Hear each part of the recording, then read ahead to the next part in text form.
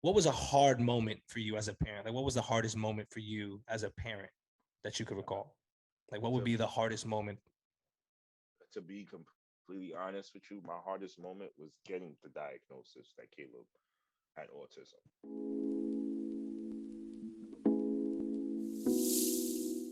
Hey, everyone, welcome back. I'm your host, Tony, of the Generational Dad podcast, where we create a space for fathers to share their stories and their experiences. On today's episode, I have someone very special that I admire and I also look up to as a parent.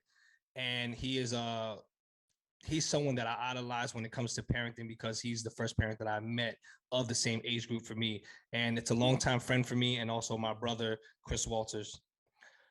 Chris, welcome to the show. Thank you for coming. I know it's early for you over there. So thank you for partaking in this and sharing your story and stuff like that. So Most if you definitely. can give the audience just a background of yourself. Most definitely. Well, my name's Chris. Um, I've been a dad for the past 6 years now, about to go on seven come May. It's definitely an experience. I've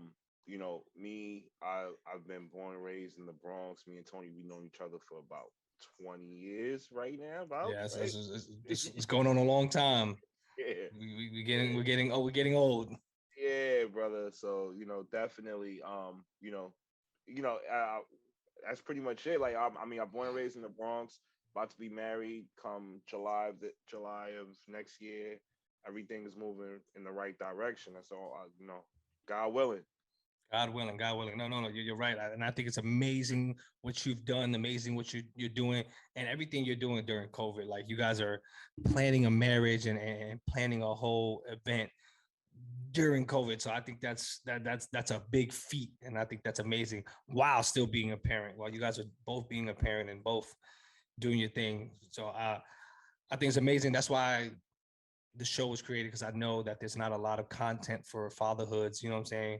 To know where to check in from, where to listen to other fathers, the way to learn stuff. Because there's certain things that you go through that no one, not the average person does, and that's why I'm glad that you're my first guest because I want everyone, I want you guys out there to understand Chris's story, understand, it's not the average story. So Definitely not.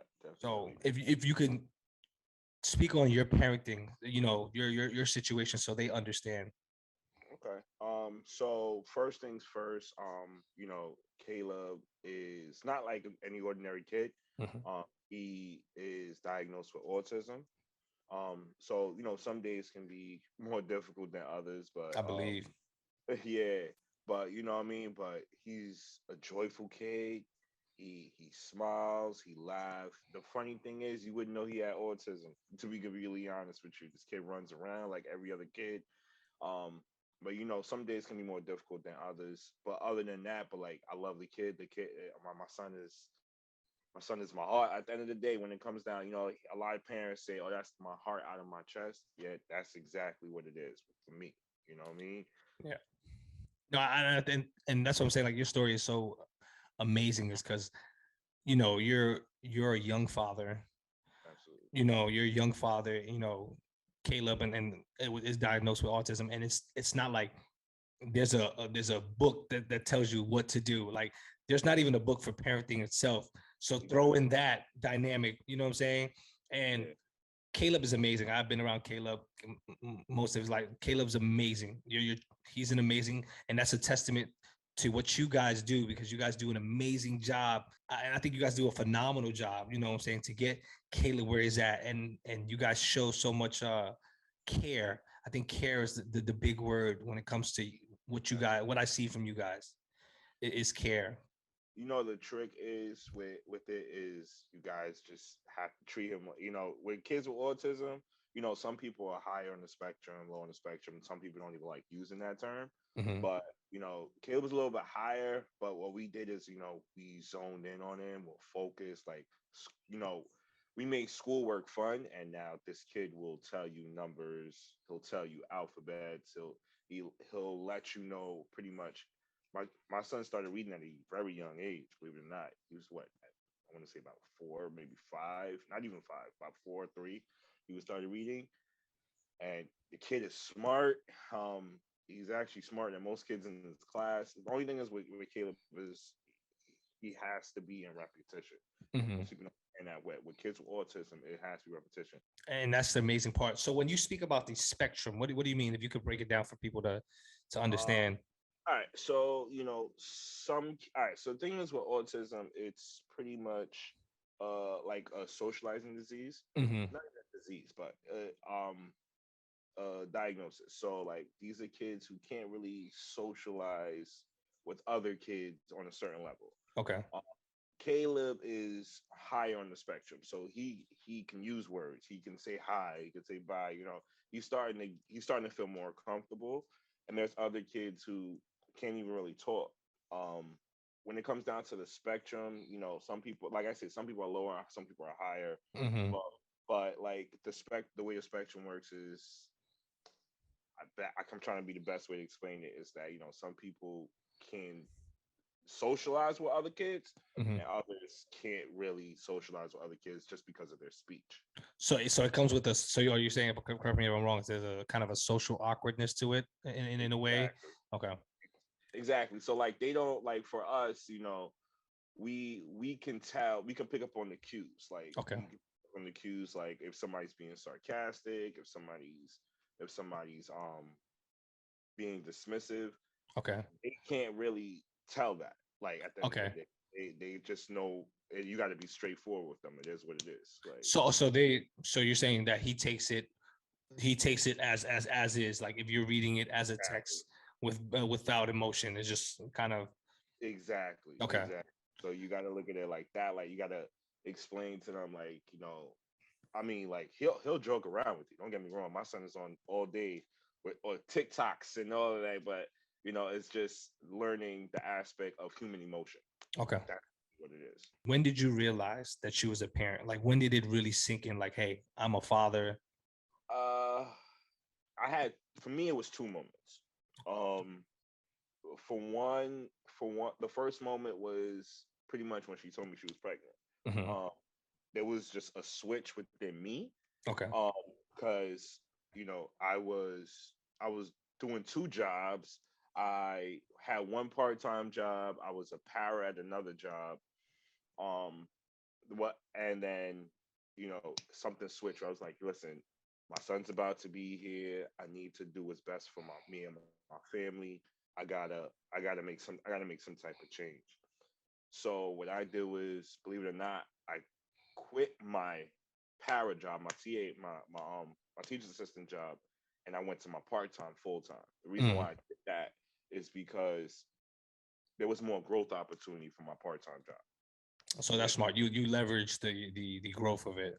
exactly. Like don't get me wrong, it was a pay cut at first, but it paid out in the end.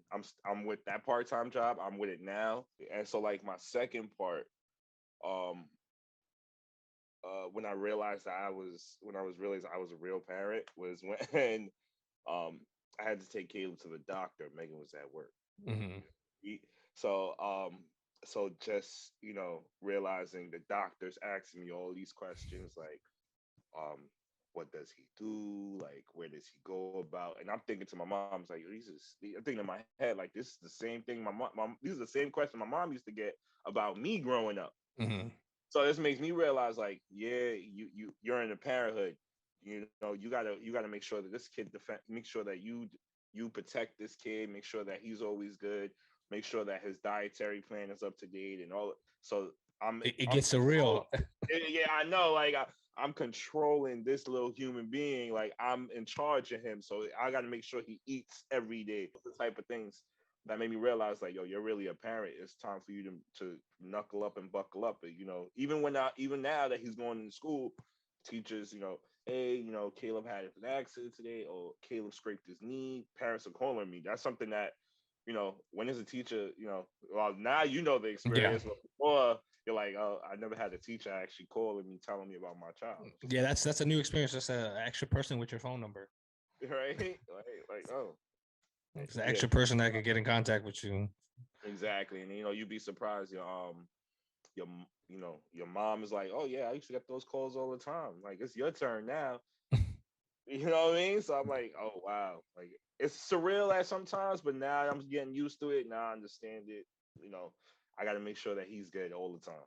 And that's an amazing part, and I'm glad, like, those, I feel like those realization moments come in ways, like, Exactly. because it becomes a norm. It's a day to day, especially if you're present and you're there. It becomes a day to day. So my second question for you would be, when was like what was a hard moment for you as a parent? Like, what was the hardest moment for you as a parent that you could recall? Like, what would To be the hardest moment? to be completely honest with you, my hardest moment was getting the diagnosis that Caleb had autism. Mm, Um, because when I wasn't knowledgeable about it at all. mm, So the first thing I thought about was my cousin, Taj. yeah. I'm like, that he won't be verbal. It's gonna be so much to do. I mean, I had at that time, I was like, I have so much plans for him for the future. Playing basketball, him doing this, and I'm thinking like because he has this diagnosis, I won't be able to do it. Mm, You know what I mean?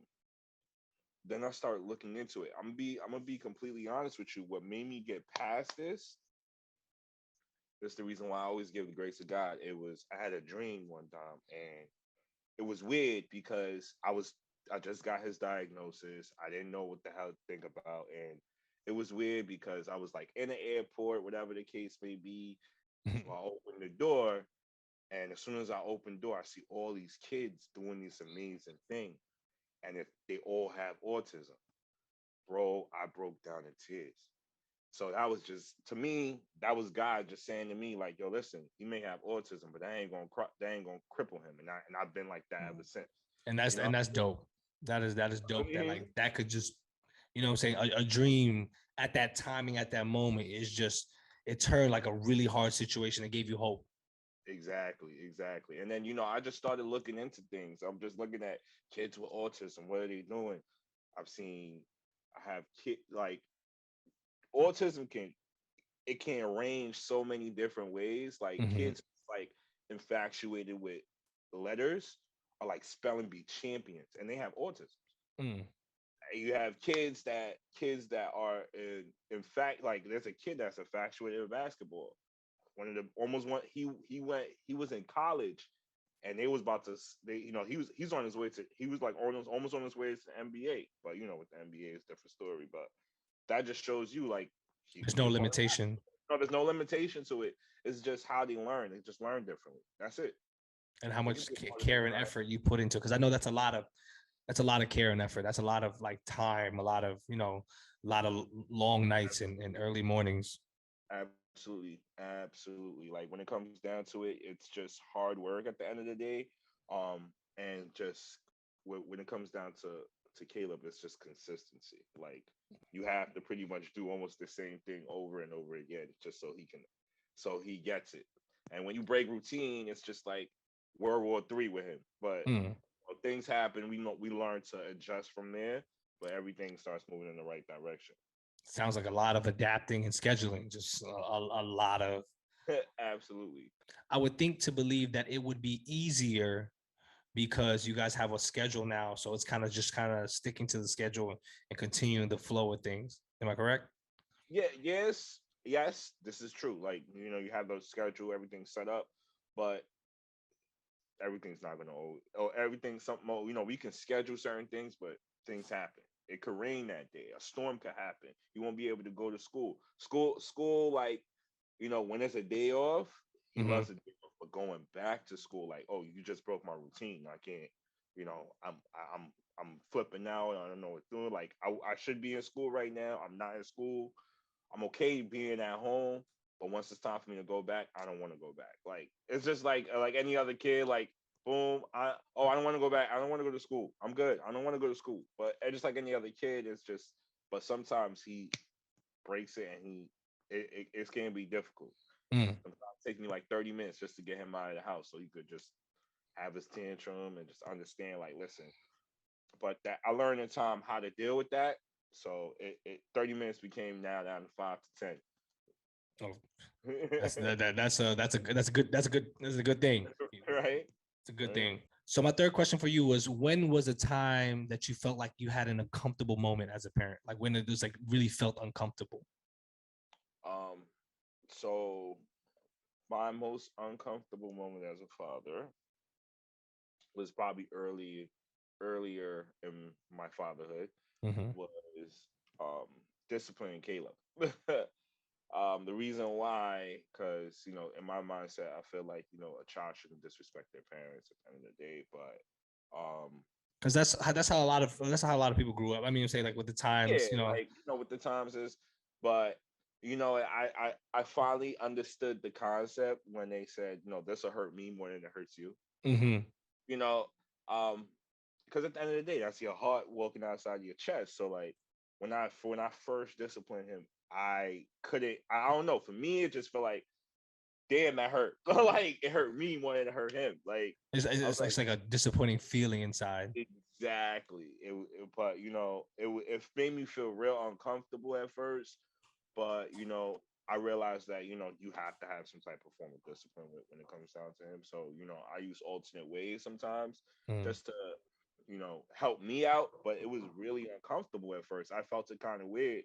I felt it kind of weird because me. I had so many nieces and nephews growing up, so I knew how to discipline them. But when it came down to my own, it was kind of difficult, which was weird to me.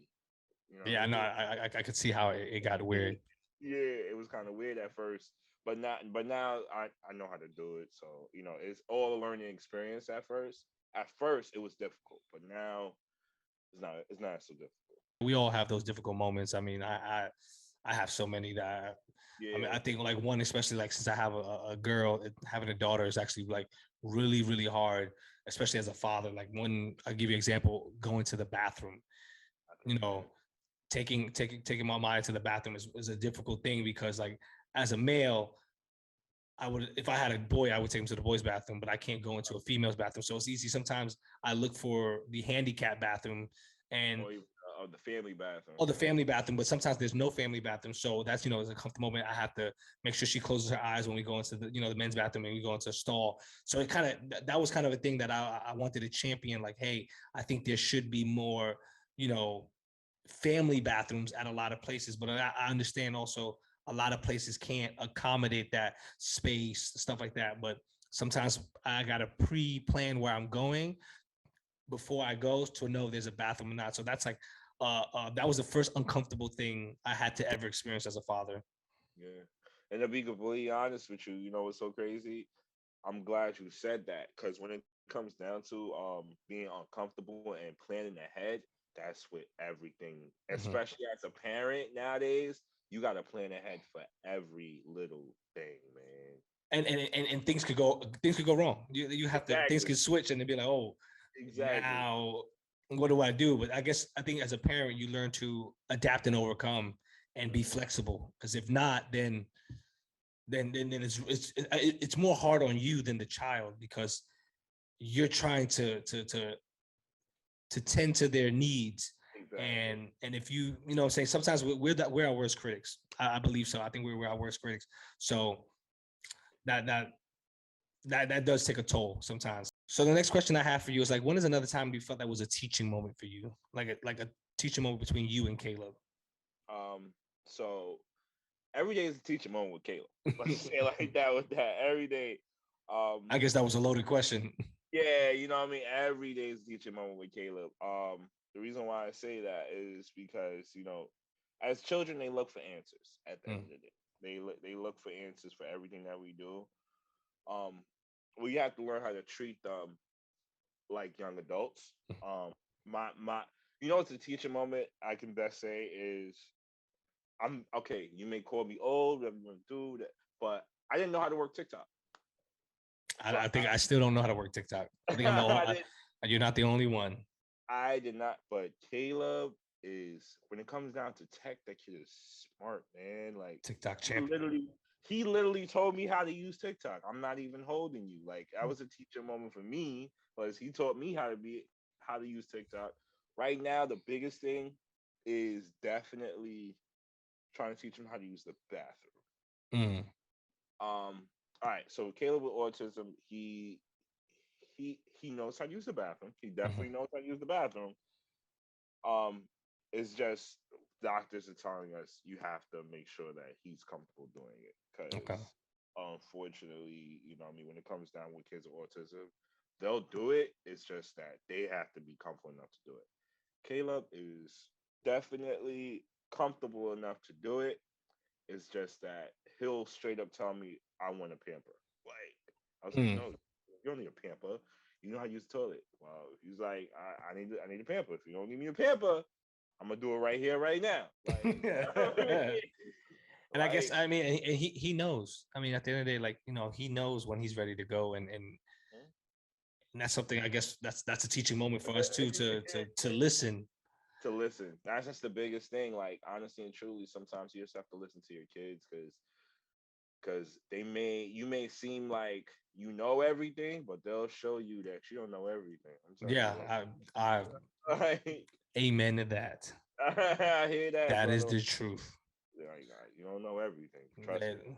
right now, Amaya's calling me old. So when I forget something, I forgot her floaties when we went to the pool, and her thing's like, "It's okay, Dad. You're old. You forget." And that's what she said to me, and I was like, "Wow!" Like I feel old because she said that. Like my child is 3, turning 4 this year, and she tells me I am old, and it's okay that I forgot. That, well, at least she cares enough to I tell you I, that. Like, I know, but it's like you're giving me dementia at 31. Like that. It's that's pretty the way pain. it is. It's pretty painful, and so I don't know. So that's pretty hurtful. But so I wanted to ask you. So if you had an advice to give to another father, especially a father that has a child that's autistic, what would be your advice? Be patient, have fun, and be present. The reason why I say that, kids don't know any better. That is And true. They don't. what I mean? Every day is a learning experience. Um, for them, just be patient with them at the end of the day. Like, at the end of the day, they don't know any better. They really don't know any better because they'll jump on 'em. They feel like they're doing something right. So just be patient with them. They're not gonna get it right on the first time around. And have fun with them. The reason why I want you to just say, like, listen, yeah, you can be that structured father and want to do like that. But listen, at the end of the day, if your kids will remember the days that you're having fun with them, enjoying times, laughing with them. Preach. But I 100% agree. You know what I mean? Laughing with them, understanding with them, cracking jokes. Me and Caleb, we do TikTok from time to time. Um, another thing that reason why I say be present is because there's fathers out there who's just paying child support, just giving, Long distance fathers. That's what I long call them. distance, yeah, long distance father. That's the best way to explain it. I had one of those. You know what I mean? But yeah, you can buy them shoes, you can buy them clothes, you can buy them toys, but remember that they're gonna grow out of them shoes. Hmm. They're gonna grow out of those clothes. That toy is gonna phase out of their life. There's toys that I played with when I was a kid. I don't even know where they at right now. So, like, the reason why I say be present is honestly and truly, that's a gift that keeps on giving at the end of the day. You know what I mean? At the end of the day, what I've learned is like the the fathers. I want to say the most of the fathers that didn't have fathers around now, which I'm looking at the two of us right here. Um, are always is there for their kids right now.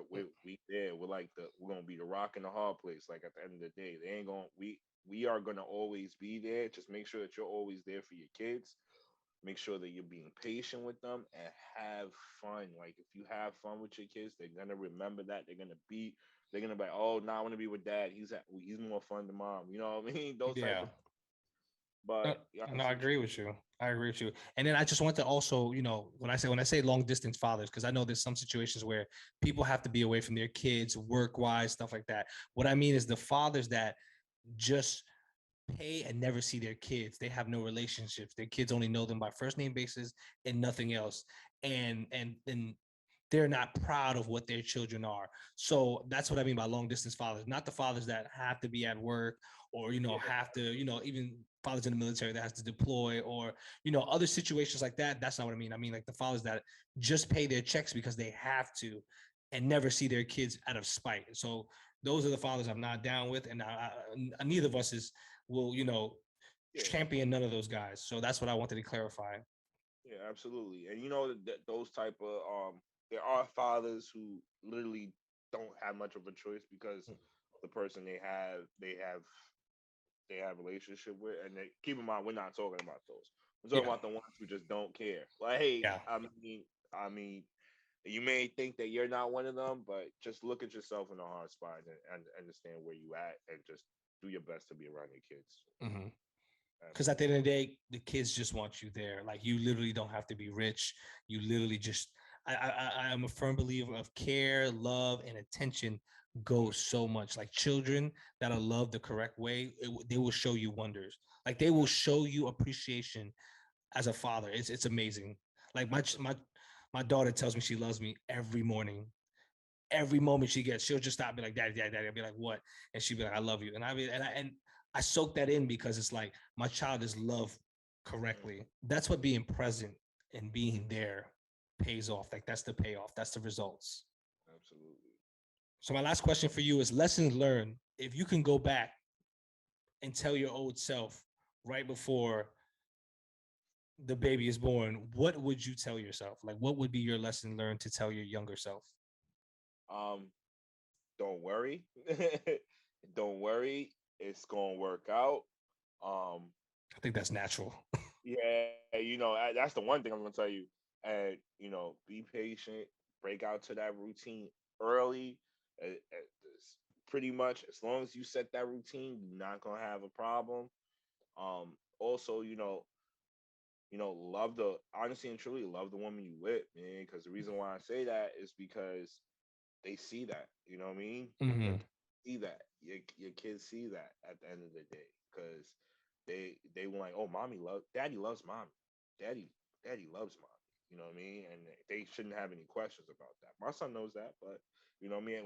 When we first born, I was keeping my distance. I didn't know how to handle it. I didn't know Mm-hmm. how to handle it at first. I was like, I don't know what I'm gonna do. I gotta make sure she's all right. I gotta make sure he's all right.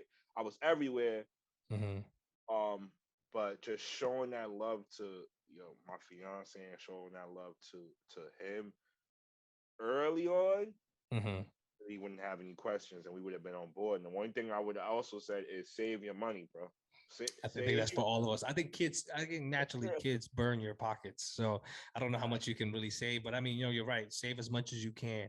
But to exactly. your go back to your first point, and I want the audience to also know that, just because you don't have to even be in a romantic relationship, but still love the person that you partner with to create a beautiful thing. So because that translate kids like will still know like, okay, my father loves my mother loves my father, and we're still a family, whether it's co-parent situation, whether it's in a strange situation, but the parents still respect each other and show each other love. That goes a long way because it teaches the kid respect. You know what I'm saying? It teaches them different things. So however you do it, I mean, I know there's a lot of situations out there that it doesn't work that way. And we're being realistic here. It doesn't work that way. But if you could, your job after that, if things don't work that way, is have a relationship with your child. Find a way, one way or another, just find a way, because they need that. Kids need love. Kids need their fathers. I believe all children need their fathers. All children need both parents. Both parents are needed, but all children will need a father to show them that stern side, and also need their mother to show them the soft side, and then it can interchange. But I just want you guys to know that, like, it doesn't have to be a romantic relationship for your kid to understand that the parents respect and love each other. So Absolutely, absolutely, bro. Because when it came down to it, man, that's something that we definitely need. I wish I saw. I wish I definitely saw that growing up. Because honestly and truly, I didn't know. I didn't know. I was like, oh, I know who my dad is, but I only see him every couple of months. So mm, honestly and truly, I used to idolize those kids, bro. Like mm. I used to idolize those kids that who had both parents. So yo, you so lucky, man. You so lucky you got a dad. You know what I mean? I wish I was you. And they were like, "What's wrong with you?" Like they was looking at me like I was crazy. Like, "What's wrong with you?" Like he's just my dad. Like he's all right. I'm like, but you only saying that because he's in your life. Now, if he's not Because in your life, they don't know that feeling of not having exactly, both parents. So it's kind of exactly, like, it's like if I'm rich, I already know how it is to be rich. I don't know how to feel poor. Like I can't I can't empathize with something I don't know. So I mean, sometimes when I was younger, I used to think the same thing. But then as I've grown older, I've started learning that there's some people that just can't empathize what they've never experienced. Experience, exactly. So That's it's kind of like you grow as you get older, especially when you have kids and stuff like that. You start learning that people are not mean or malice. They just don't understand or don't know because they never have gone through it. So the best teacher is experience. So I mean, I don't wish that on anybody, you know what I'm saying? But the best teacher is experience. So when you experience something, you learn, you understand why it is the way it is. You know, you absolutely could say it all the time, like, oh, why is this? Why is that? I don't understand it because you never experienced it. So it's kind of hard for someone to, empathize with your absolutely situation. absolutely. Chris, thank you so much, for dropping in and giving us this knowledge and giving us the insight of your life. You know what I'm saying? Because not everyone speaks about it. Not a lot, like I said, not a lot of fathers have this outlet to speak. So I'm glad that you're my first guest, and I hope to see you again. Because hopefully this goes off, and then you can see 10 years down the line, this is out there on tape. So, Absolutely. but Absolutely. I but do want to say one thing go before we ahead, leave. floor is yours. We do an autism walk every year. I know we weren't able to do one last year due to the virus, Hmm. but I'm wearing the shirt right now. Let me see, Caleb's Lion Guard. So that's our team. So I mean, if you guys want to support, kids that have autism, join the autism walk in New York City. It's every September. They're I believe they're doing it this year, but it's not as long as it normally is. It's usually 2 miles. And I'll make But sure I drop the link. I'll make sure I drop the link below so everyone can click to it and stuff like that. The link to the autism walk, and also if whatever link that you want me to put down there, I'll make sure everyone has a avenue and also a place to go. absolutely, absolutely, and preach. And I'm just wanting to say thank you for having me on. And No, it's a blessing for you to kind of take your time because I know it's early in the morning over there. So take your time to I'm drop off, bro. this. It's Labor Day. I'm chilling. It's So, fine. so that is perfect. I'm glad we could have this conversation, and it made me learn a little bit more. Like, there's things that I didn't know. It made me learn a little bit more, and that's the best part about this is just learning. That's the reason for this whole channel is just putting out content and just learning from other fathers. It's we're not perfect. No one is perfect, but we would like to see others like ourselves that are present. You know what I'm saying? We're not perfect, but we want to show that we're present. So We're definitely present, and that's yeah. important. No, but thank you for it again, bro. And you know, we're always gonna be family, so we're good. Definitely, brother. Even though you're on the other side of the world, I trust me. I Well, got you, baby. every day it's gonna be the same. But thank you everyone for watching. So again, I'm your host Tony, special guest Chris Walters, and then this is Generational Dad Podcast. We're out.